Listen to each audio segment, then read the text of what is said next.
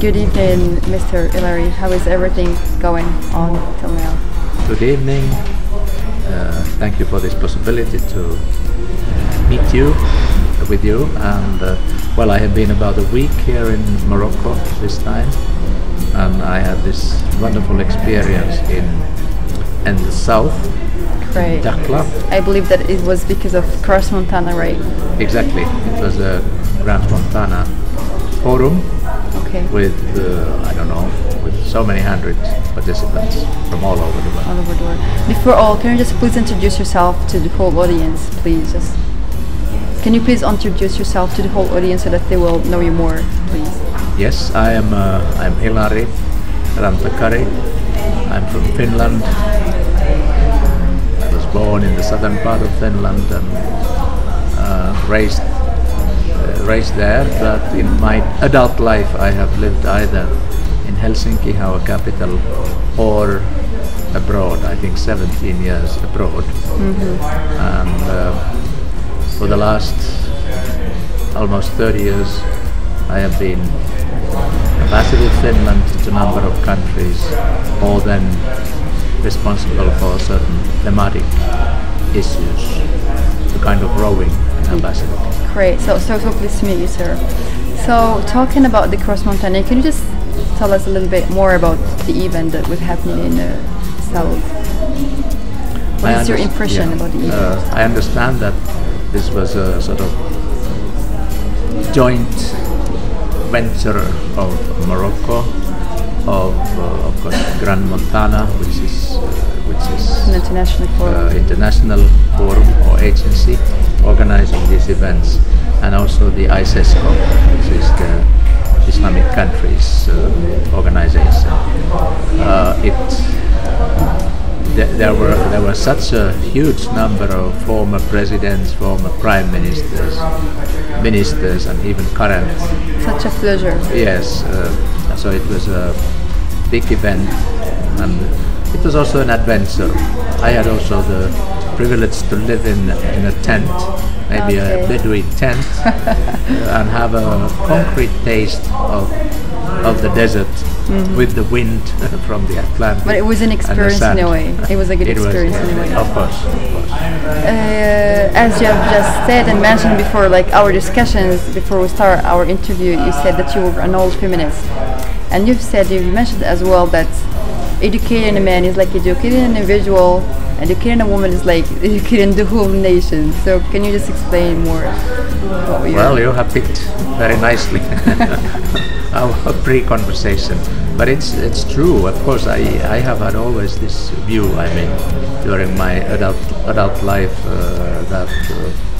and also my interest in development and developing countries is really that education is the most important, and education of girls, because boys have been educated more in the past, is really a important issue. And of course I share this slogan, which has become a slogan, but I very much share and support.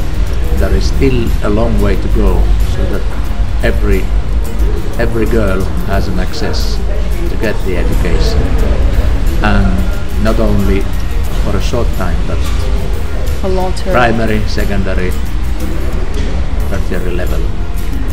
Yes, so as we were discussing about the equality and the responsibilities, what do you think, like, men do have more responsibilities than women, or like they're both equal nowadays? I mean, yes, I think we are very equal, or we should, but I mean there is still also a long way to ensure that this equality is a reality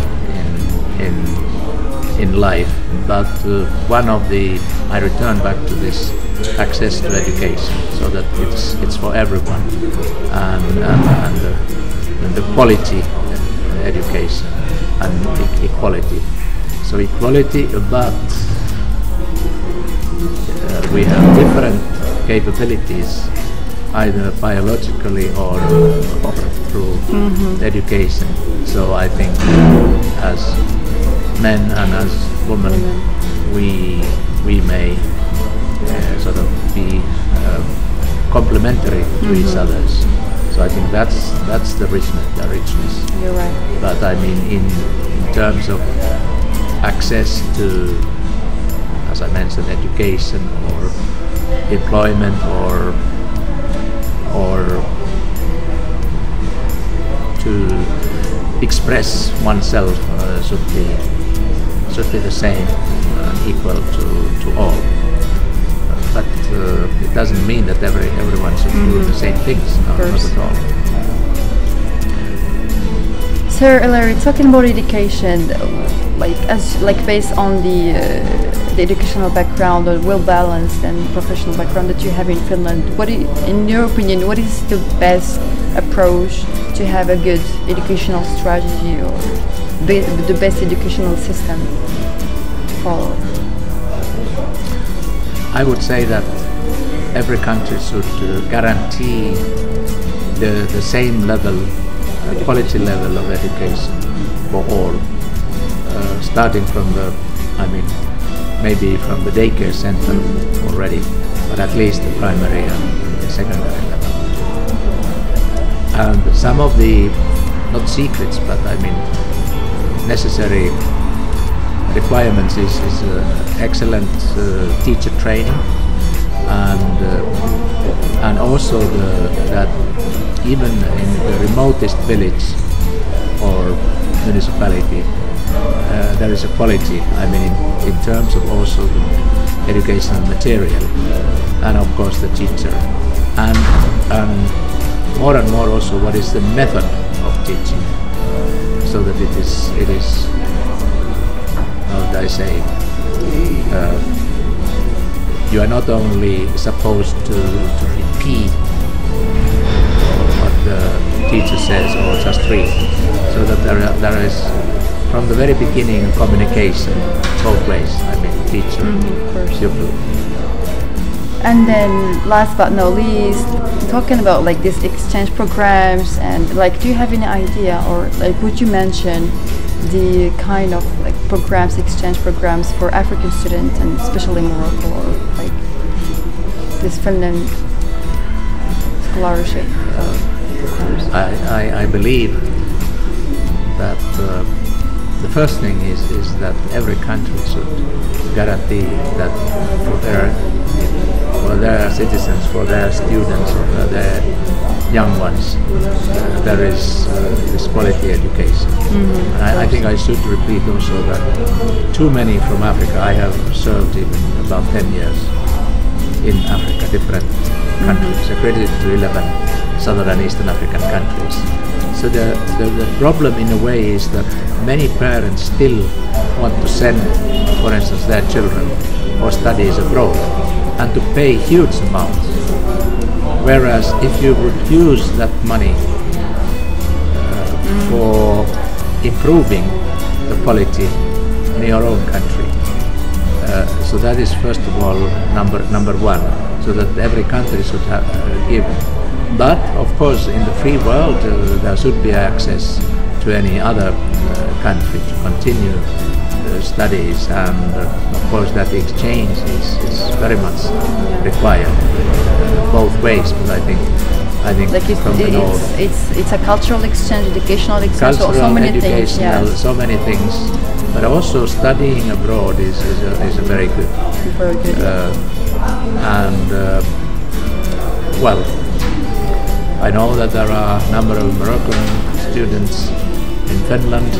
I don't know about the number of Finnish students in Morocco, but there are a number of them also.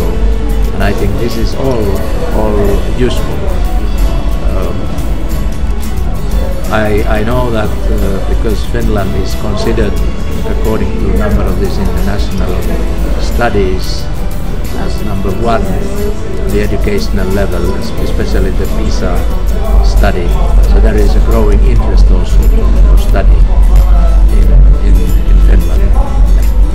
But then I think we should also be ready to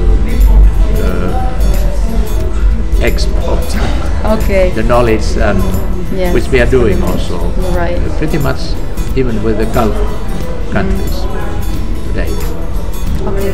Great. So, Mr. Ilari, thank you so much for being so lovely and being so nice to us.